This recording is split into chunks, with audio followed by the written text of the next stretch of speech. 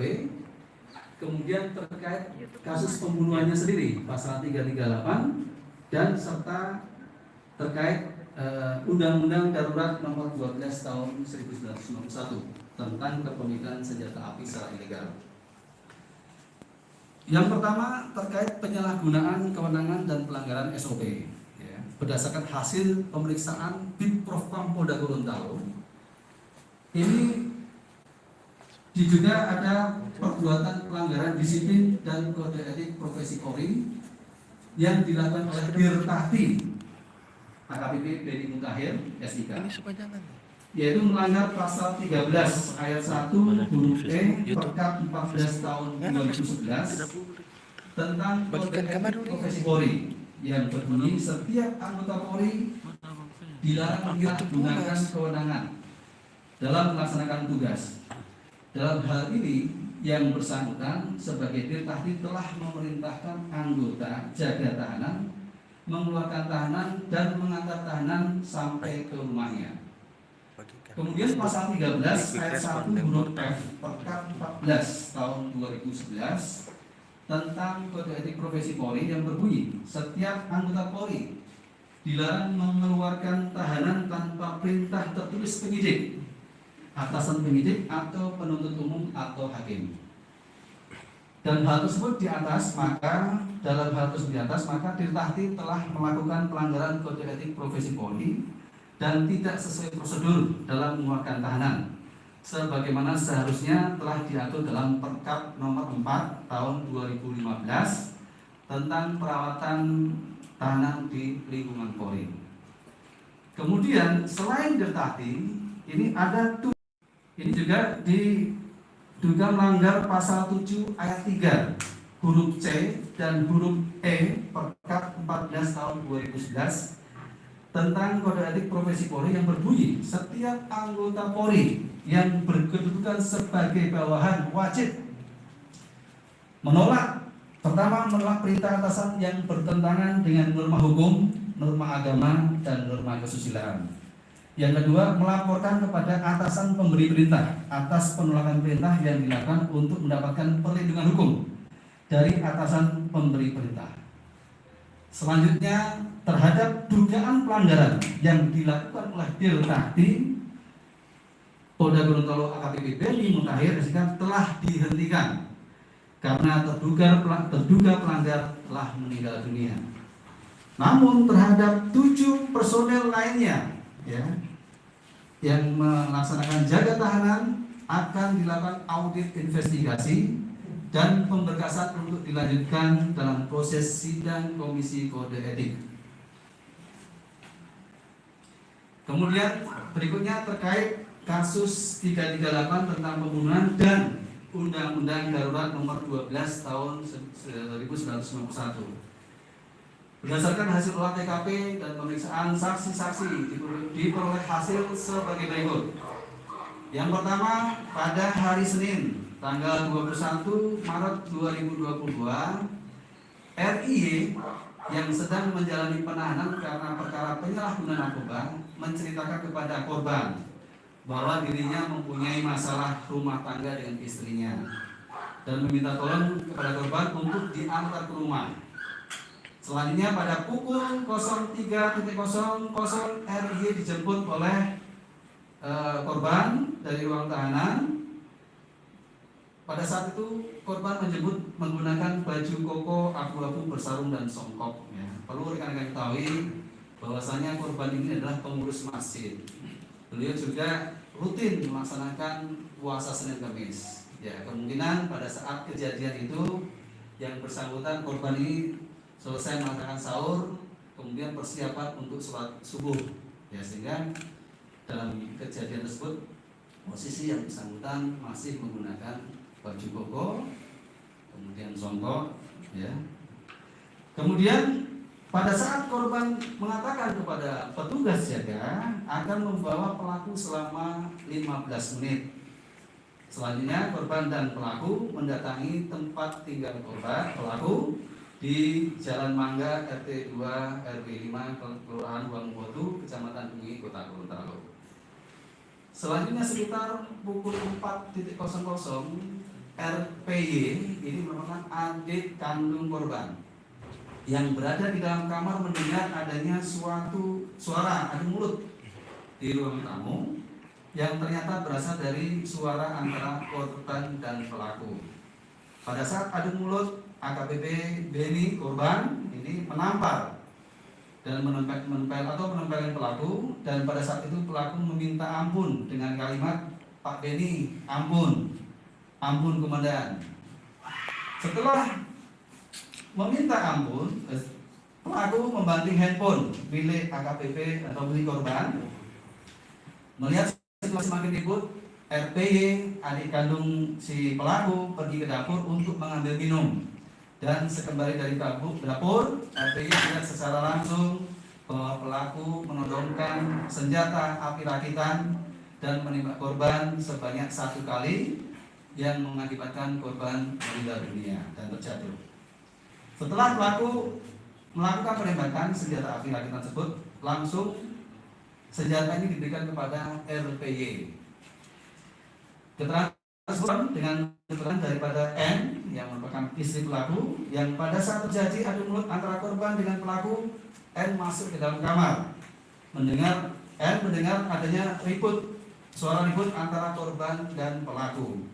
Yang selanjutnya pelaku masuk ke dalam kamar untuk mengambil senjata api rakitan yang sudah disembunyikan, dan selanjutnya N mendengar adanya suara letusan dari ruang tengah. Setelah N keluar kamar untuk mengetahui apa yang terjadi dan melihat korban sudah jatuh di lantai bersimbah darah. Mengetahui hal tersebut, N menyuruh pelaku untuk pergi dari tempat kejadian. Dan perlu diketahui bahwasanya usai melakukan penembakan RIY, ini pelaku RIY ini berupaya untuk kabur. Yang bersangkutan menuju ke bandara.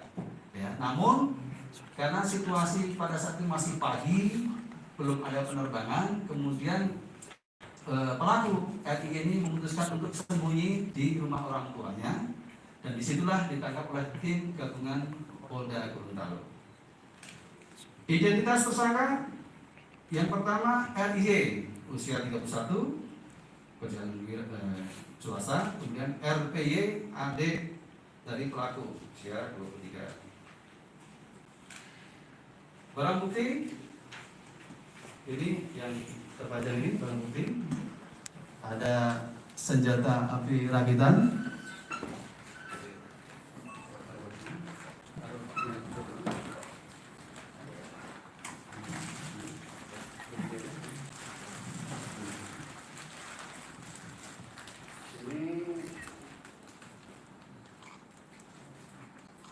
pakaian yang dikenakan ini apa nih? Pakaian ya. Jadi ini ada BB yang ditemukan pada saat di TKP. Dan ini juga yang digunakan oleh. Nah, ini senjata api rakitan yang digunakan oleh pelaku menembak korban.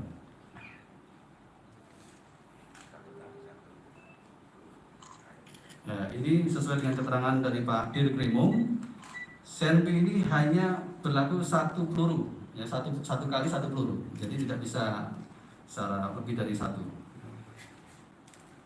Cukup? Sudah?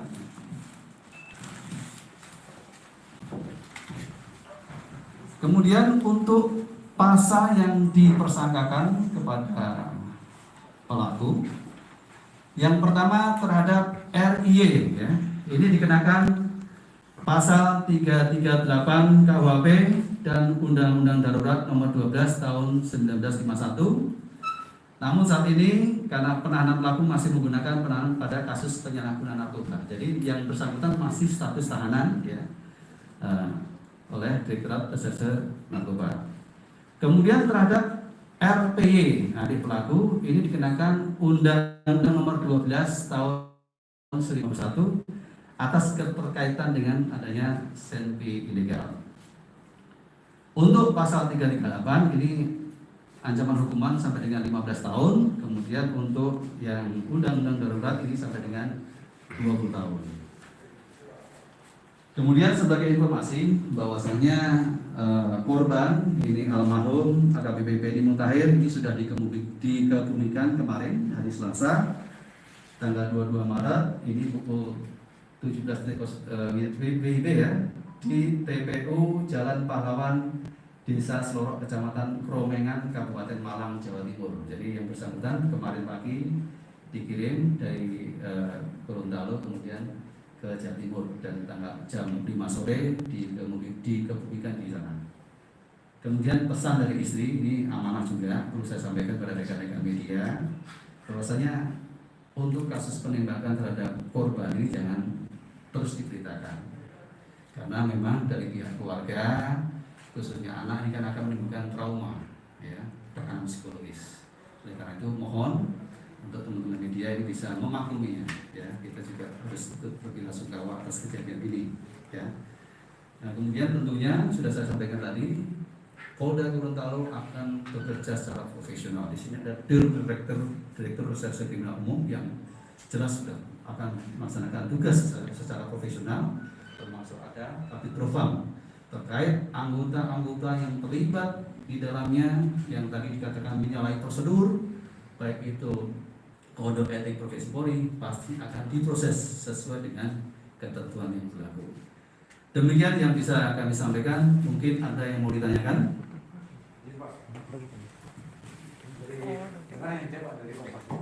Ini kan ada informasi kemarin ada pengungkapan dari kasus ini, ada tambahan barang bukti, maksud kami pengembangan dari kasus ini ada kurang lebih 7 senjata rakitan yang berhasil diamankan dari kasus ini, dari pengembangan kasus ini.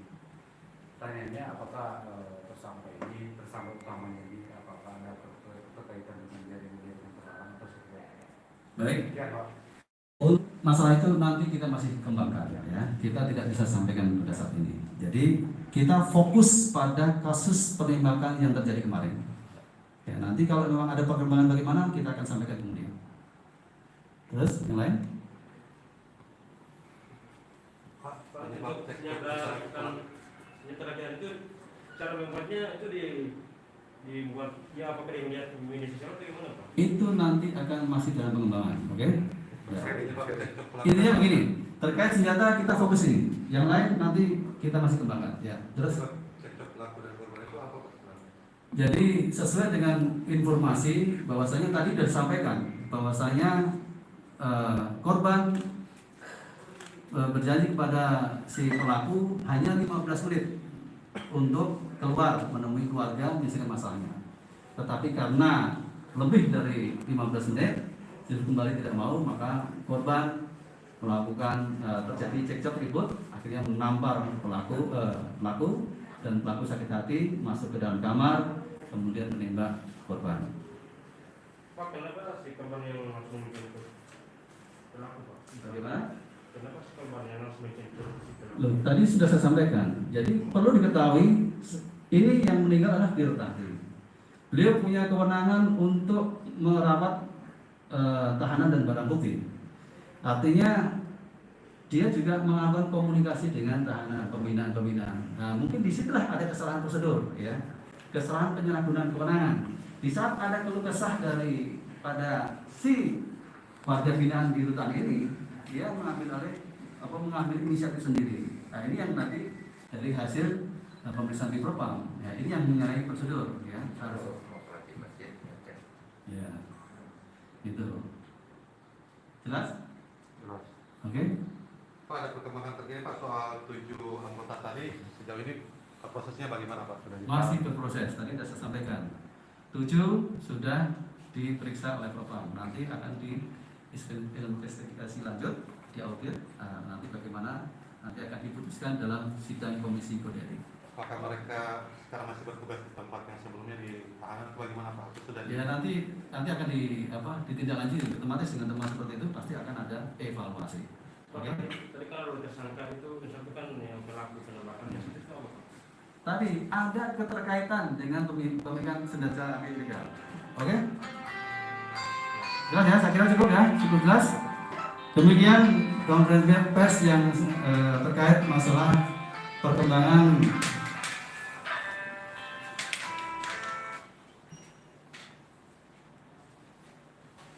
penyidikan terkait penembakan yang menimbulkan korban Tirtati meninggal dunia.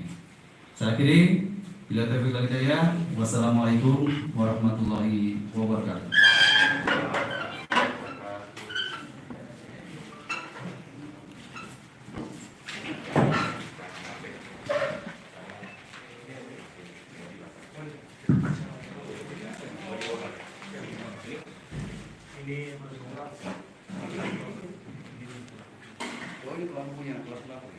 Jadi ini apa, korban ini ditemukan masih megang kopiah.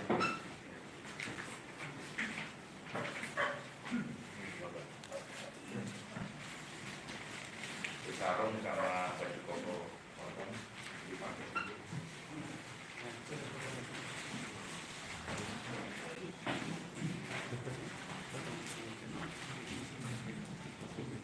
Sudah, selesai. Terima kasih. Ibu bilang